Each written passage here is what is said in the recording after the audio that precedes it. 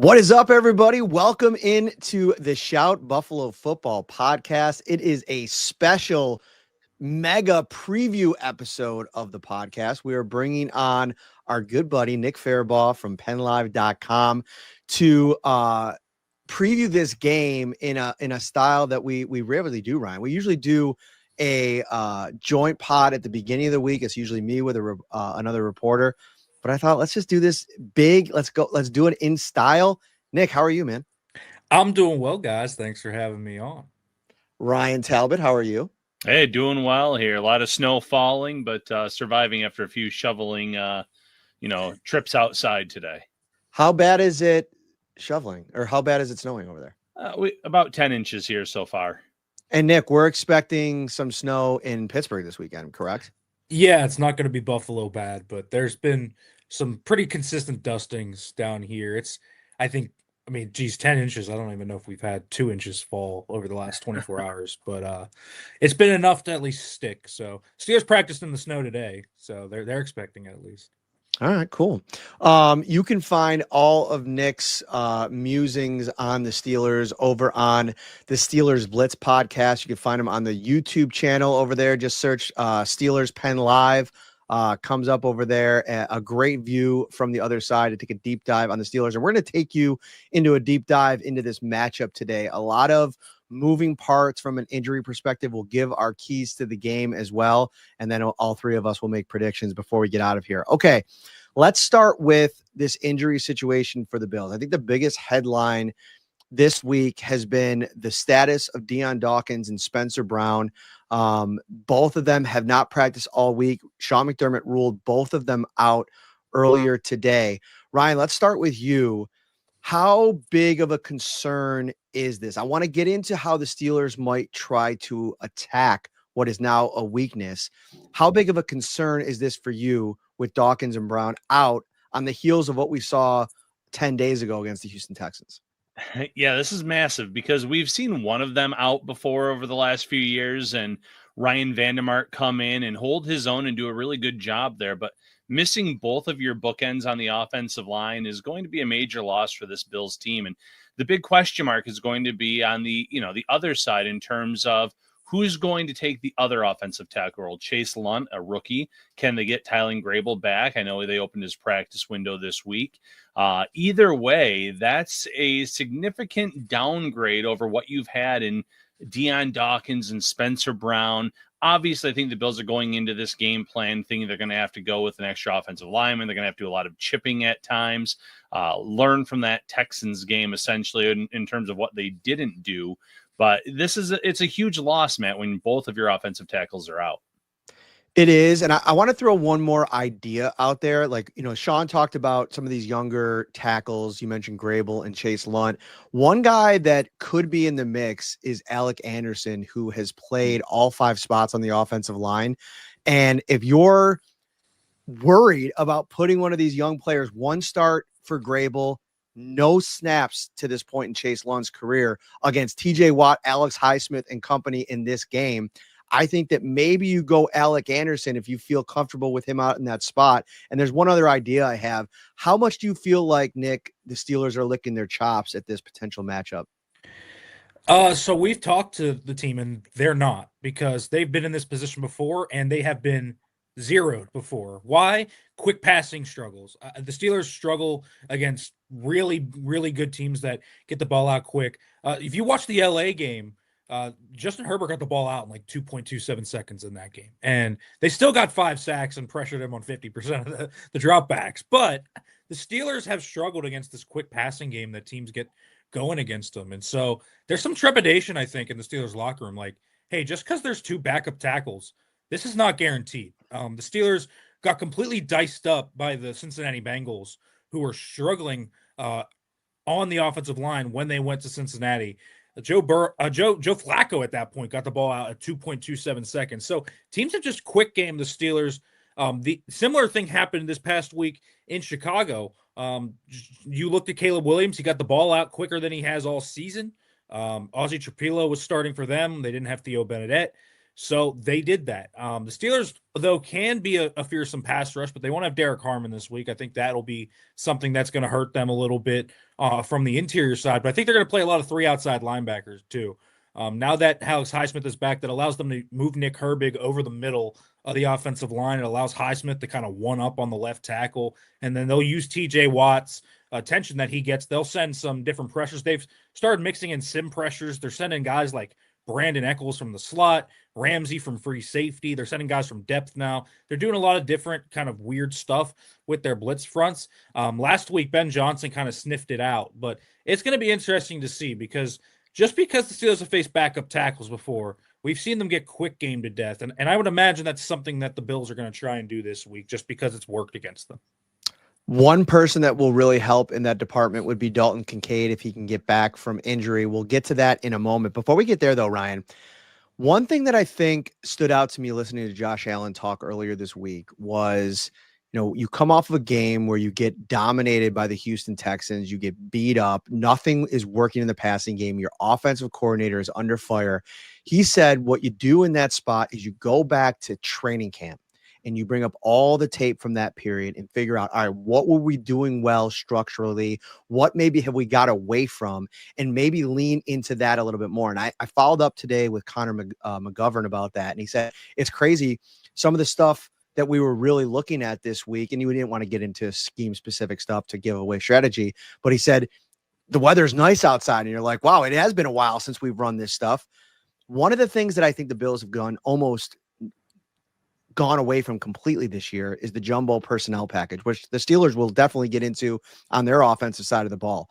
Depending on how they line up their tackles in this game, maybe that is a move that they can go to not only unlock the run game, get the run game going again, but maybe even pass out of it a little bit, give yourself that extra blocker and try to open some things up on the outside, whether it be Keon Coleman coming back after he's been missed the last 2 games, with the benching, or maybe new wide receiver Brandon Cooks. It's going to be fascinating. I think Jumbo's in play. Either way, it's going to be Jumbo or a big Jackson Hawes game. You want your best blockers in. You want to make sure that you are keeping Josh Allen upright for as long as possible. Obviously, utilizing the quick passing game would be ideal. If you have Dalton Kincaid in this game, that would be great. Brandon Cooks apparently is picking up this offense very quickly. We have Gabe Davis signed to the 53-man roster, as we were talking about pre-show. So there's some levers the Bills can use in the passing game itself. But in terms of protection, the jumbo makes a ton of sense, as you mentioned, going to Jackson Hawes. The Bills do have to go back to the drawing board for this late afternoon Sunday matchup. And Matt, speaking of Sunday, it is going to be Slider Sunday over at Tops. Get ready for Slider Sunday your way with King's Hawaiian at Tops. Every Sunday is your opportunity to enjoy delicious sliders made your way, and now you can win big while doing it. Vote for your favorite slider weekly for a chance to win a man cave makeover. Grab your favorite King's Hawaiian products from Tops and craft your ultimate sliders to make your Sunday even more special. Visit topsmarkets.com/Slider Sunday. Nick, you mentioned the injuries that the Steelers are dealing with. Maybe not as many, but some really important ones. I mean, missing your left tackle in this one could be a matchup where the Bills look to key in on. Joey Bosa has struggled the last couple of weeks with a wrist injury. I wonder if he looks a little bit better coming off of 10 days rest.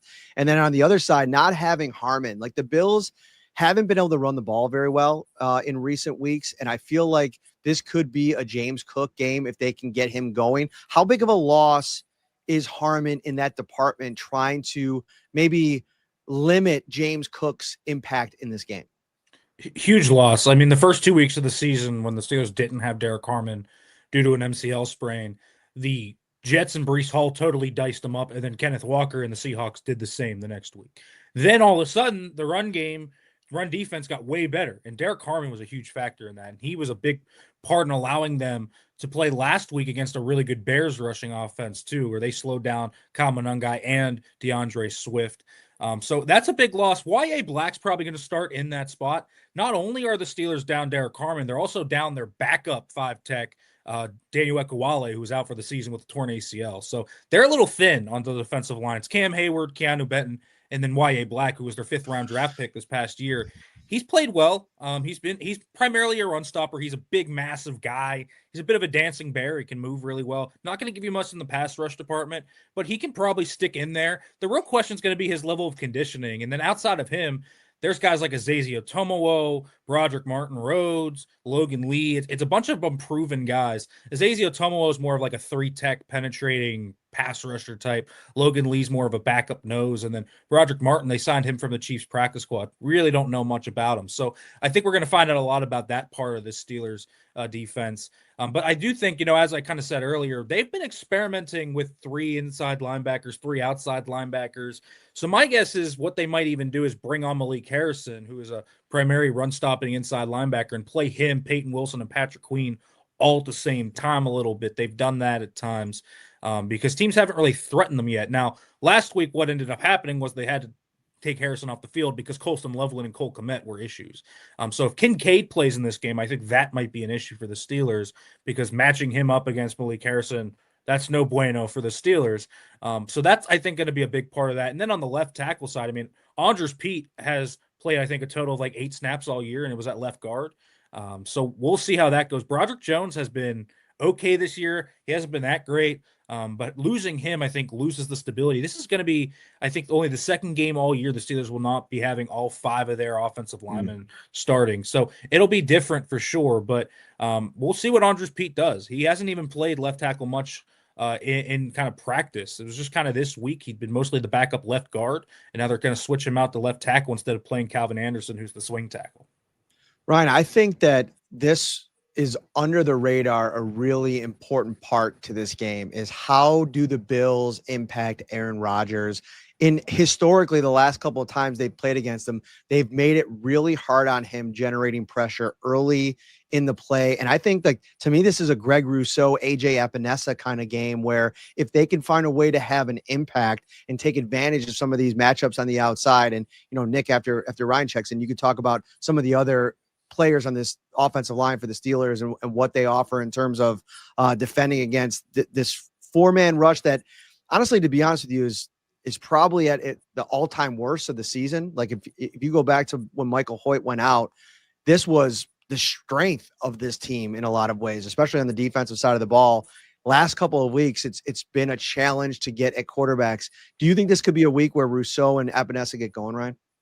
I can see the potential there. I think, though, staying at home almost and making sure that they set the edge to stop the run might be even more important in terms of slowing down the Pittsburgh run game. You obviously want to get pressure on Rodgers. I think you're going to see a lot of shotgun snaps from Pittsburgh in this game based on the wrist injury. I know he has no designation on the final injury report, but it's still going to be something in the back of his mind where he's not going to want to take any snaps under center. So the Bills have a lot to think about there. You want to be able to get home with Rousseau and Epinesa, but I think sealing the edge, making sure that you can contain Jaylen Warren is almost just as important in this game for the Bills to win. Yeah, Nick, that offensive line in general, like where is the strength? Who's the best player, and what do you think the Steelers are going to look to do, especially in the run game against this front? Yeah, well, to Ryan's point, I think we're going to see a lot of shotgun. I think we're going to see a new wrinkle this week we haven't seen, which is pistol. We have not seen that from the Steelers this week, but my guess is that's going to be their simulated under center stuff. They're just going to run out of pistol instead. So we have not seen any pistol from the Steelers this year, which gives them a lot of different ideas. I remember back in training camp, they ran some sidecar stuff with Gainwell and Warren on the field. So I wonder if that could be something they look into. In terms of this offensive line, outside of Broderick Jones, who probably been the worst member of the offensive line, Troy Faltano is really blossoming at right tackle. He's turning into a really good pass protector. Mason McCormick has really come into his own, especially as a run blocker at right guard. Isaac Sayamalo is finally healthy. He dealt with a pec injury for about a month. He's now the healthiest he's been all year. He's playing probably his best football. And Zach Frazier is definitely the best player. He's at center. He has really turned himself into a really solid, rock-solid center. Super smart, just steady. So the Steelers' O-line, actually, outside of really left tackle, has been pretty good in pass pro. Now, some of Aaron Rodgers' decisions to hold on to the football, his pocket movement, has actually caused some sacks. He's moved into some of them, trying to hunt for the big play. But the O-line in general has been pretty good. And then they have this jumbo package, which is obviously a big thing for the Steelers. And I guess I would be kind of wrong to not mention Darnell Washington in this equation because he is kind of their big hulking tight end, and they'll leave him one-on-one on edge rushers sometimes, and he'll certainly be in there to help. Andres Pete, I'm sure, at left tackle. Andres Pete, I think, the big thing is him. He's kind of heavy-footed. He's not going to beat you with speed. You're kind of going to have to beat him around the edge. And I think, you look at the Bills pass rushers, and a lot of different archetypes there. But Russo, I think, with his long arm especially, is going to be potentially an issue there.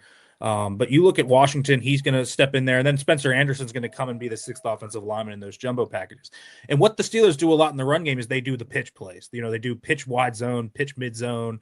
They do a bunch of that stuff, and that's kind of their bread and butter because it gives Warren and Gainwell kind of the foresight, and it changes the angles a little bit. But they've really become a good team at running that. They had almost 200 yards rushing last week. The Steelers are a pretty good running team in terms of efficiency. The issue is for some reason, I don't know why, and this is one of the gripes that you'll hear from Steelers fans about Arthur Smith and the offense, they go away from it way too often. They become too pass heavy. They kind of get in their own head. They don't really just ground and pound the ball, despite being a really good team that can run the ball, and this offensive line is blossoming behind it. So we'll see what happens. I would think that they would want to lean on the run game, but even last week, they leaned on the run game, and then the second half all of a sudden became extremely pass happy with Mason Rudolph, and it just didn't make any sense. Bills hope that they get pass heavy against this week because they're one of the worst run defenses in the NFL. I was listening to the Athletic Football Show, Ryan, and the Steelers run 12 personnel and 13 personnel, I think second most in the league, and the Bills are second worst in the league at defending against those personnel packages. Shaq Thompson very likely going to be back in at middle linebacker with Terrell Bernard now out for the next couple of weeks with the elbow injury. Does that satisfy your fear of Pittsburgh's ability to run on this Bills defense, or do you think that is the premier concern going in with Jaylen Warren and Kenneth Gainwell and their ability to get that run game going? Yeah, definitely my premier concern. It doesn't, Shaq Thompson, he's been great this year, but that does not alleviate my concerns or worries about this run defense this season. And, there are other issues too. Obviously, I wonder how the Bills are going to match up with DK Metcalf. I know he's not having the most unbelievable season this year, but are you going to shadow with Christian Benford? We've seen Benford shadow guys before, but yeah, it's definitely their run game that worries me the most because we've seen Buffalo's issues at stopping the run. We know that Pittsburgh is very good at running the ball, and if they can stick to that game plan, I think it could be a long afternoon for the Bills. Nick, refresh my memory. The Steelers traded for DK Metcalf and had Pickens on the roster, right? For a few weeks, months. Mm-hmm. Do you think do Steelers fans spend a lot of time talking about what this thing would look like if Pickens was still there with Aaron Rodgers? No, because I think instead of one underutilized receiver, it would be two of them. And I think that's been the thing about Pickens is you're just kind of seeing George being utilized like how he should. The Steelers typecasted him as a deep threat go ball guy when he clearly could do other things and become more of a route runner yak guy. And the Steelers have actually did lean into the yak part of DK Metcalf's game early in the year. He was having a phenomenal season start. I think over the past 4 or 5 games, he has like 112 receiving yards. They just haven't utilized him. He's kind of been phased out of the offense, to be quite honest with you, because teams are just kind of clouding him on third downs and playing cover 2 man outside of that and saying, do you guys got anyone else to beat you? And Calvin Austin III, Roman Wilson, and the 3 tight ends haven't been able to do it. And so I think that, the Pickens stuff is, yeah, he would have had a more talented wide receiver. And yeah, you probably would have had another receiver that would have attracted attention and it would have been a more potent offense, but it still wouldn't have been satisfactory. They just don't utilize them correctly. They don't throw to the middle of the field like at all in terms of the intermediate part of the field. They'll throw underneath, but dig routes, slants, crossers, they don't really exist in this offense. It's mostly on the perimeter, dump offs. The quick passing game is a big thing. The Steelers have kind of one-off yak this year, screens, drags, mesh, things like that that they've utilized. So it's a weird passing offense. I'm not going to lie. Jonnu Smith, Pat Freiermuth, and Darnell Washington are heavily involved, but Metcalf has to get going more, and they have to utilize him more. And I don't know if Pickens' involvement honestly would have changed that much. Kind of just would have been – you would have felt like you had all this talent at receiver and you just weren't utilizing it.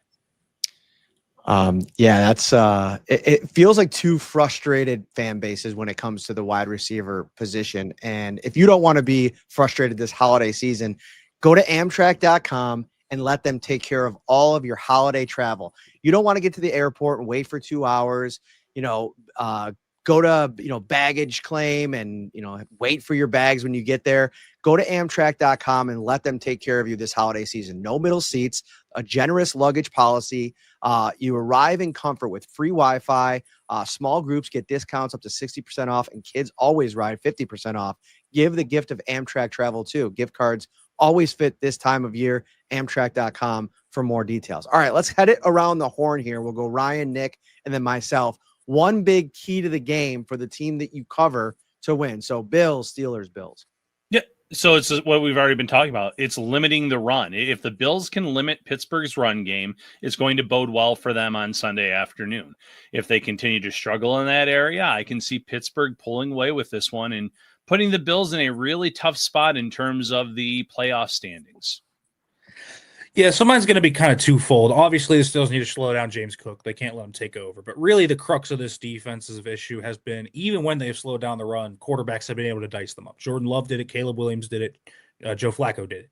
So really, I think it needs to be, don't let Josh Allen become superhuman. I really, truly believe that, because that's one thing the Bills clearly have in this matchup. They have the quarterback advantage. And if Josh Allen is able to do Josh Allen things, I don't think the Steelers are going to be able to compete in this matchup. That's really been the issue for the Steelers, is they've been diced up in coverage. This run defense has improved. They've even had some really good games in coverage. They slowed down Daniel Jones in the Colts offense. They've slowed down some good passing offenses. But every time they kind of come into a crafty play caller with a really good quarterback, things get dicey for the Steelers. And so I think, especially if Kincaid plays, they can't let him beat them up the seam. They can't let, for example, a Brandon Cooks wrinkle, if he plays and has a big role here, be something that's big. We're kind of see what they do schematically. The Steelers have been kind of all over the map. They've run cover 6, cover 2, cover 4, cover 3, cover 1. It's a different formula every week, so I don't know what they're going to come out with this week. I have ideas, but I think that they could certainly go into more of their too high stuff this week. I think that's, trying to mitigate the quick passing game is going to be a real thing for the Steelers this week if they can slow down the run game. So I think that's the key to this game for the Steelers. If their defense can slow down Josh Allen and this Bills offense and force some punts, I think that they can feel good about their run game and try and lean on that offensively and try and win a real rock 'em fight, kind of sock 'em game type. Yeah, great stuff. For me, you look at the Pittsburgh Steelers, they're kind of middle of the road in terms of converting on third down. And I think this is a Bills defense. While they're not in the bottom tier of the league, I feel like in games where they've really struggled, they've struggled to get off the field on third down. So I think that's going to be a big piece to this game, because if you get off the field on third down and you don't let the Steelers sustain drives, you won't allow them into the red zone, where they're fourth in the NFL in converting in the red zone at 66% of their trips. I also think, you look at the last couple of weeks, the Steelers, I know they lost last week, but they've been converting on third down, more than 50% conversion rate over the last 2 weeks. That's something to me that when the Bills go down in games, when they have to play from behind, that's where I feel like Joe Brady has struggled the most to dial up this passing game in particular. And if they get down in this game, they're not going to be able to lean into their run game. So the key to me is setting a physical standard early in the game. I think you got to get off the field. You can't let Aaron Rodgers get anything going. You can't let this run game get going, and we'll see where we go from there. Ryan, prediction time. Who do you got? Until I see the Bills play better on the road, I'm going to go against them. And so I have Pittsburgh winning this one 27-24. Close game, comes down to a field goal, but Buffalo is not the same team offensively when they're on the road. Obviously, there's a lot of issues that the crowd noise in these other stadiums create for the Bills offense. And then defensively, it always feels like it's a tale of two halves, where they struggle in the first half and then they come on in the second half. Until I see that consistency too, I have a lot of concerns overall for this Bills team. All right. Yeah, I think, similarly to you with the Bills, I mean, I think I have to see the Steelers play a full game. It's one of the sides of the ball plays really well and the other doesn't. They haven't played a full football game yet. Last week the offense played well, struggled in the second half, but the defense really let the game get away from them. And I think, the Steelers defense still trying to figure out what it is. I can see Josh Allen just throwing all over this team. And I really could, because I've seen multiple quarterbacks do it. Justin Herbert did it for a good bit of that LA game, and he didn't have much of an offensive line that day. I really think if the Steelers can run the ball, go with Jalen Warren and Kenneth Gainwell and work through them, I think that'll be a big part of this. Aaron Rodgers has not played well the last 2 games he's been healthy. That is an underrated storyline of this. He's played his worst 2 games of football against that Bengals team, and then in LA. I'm a little concerned about that too. Until I see the Steelers do it, I think I'm going to go with the Bills here, and I think the Bills win 24-20.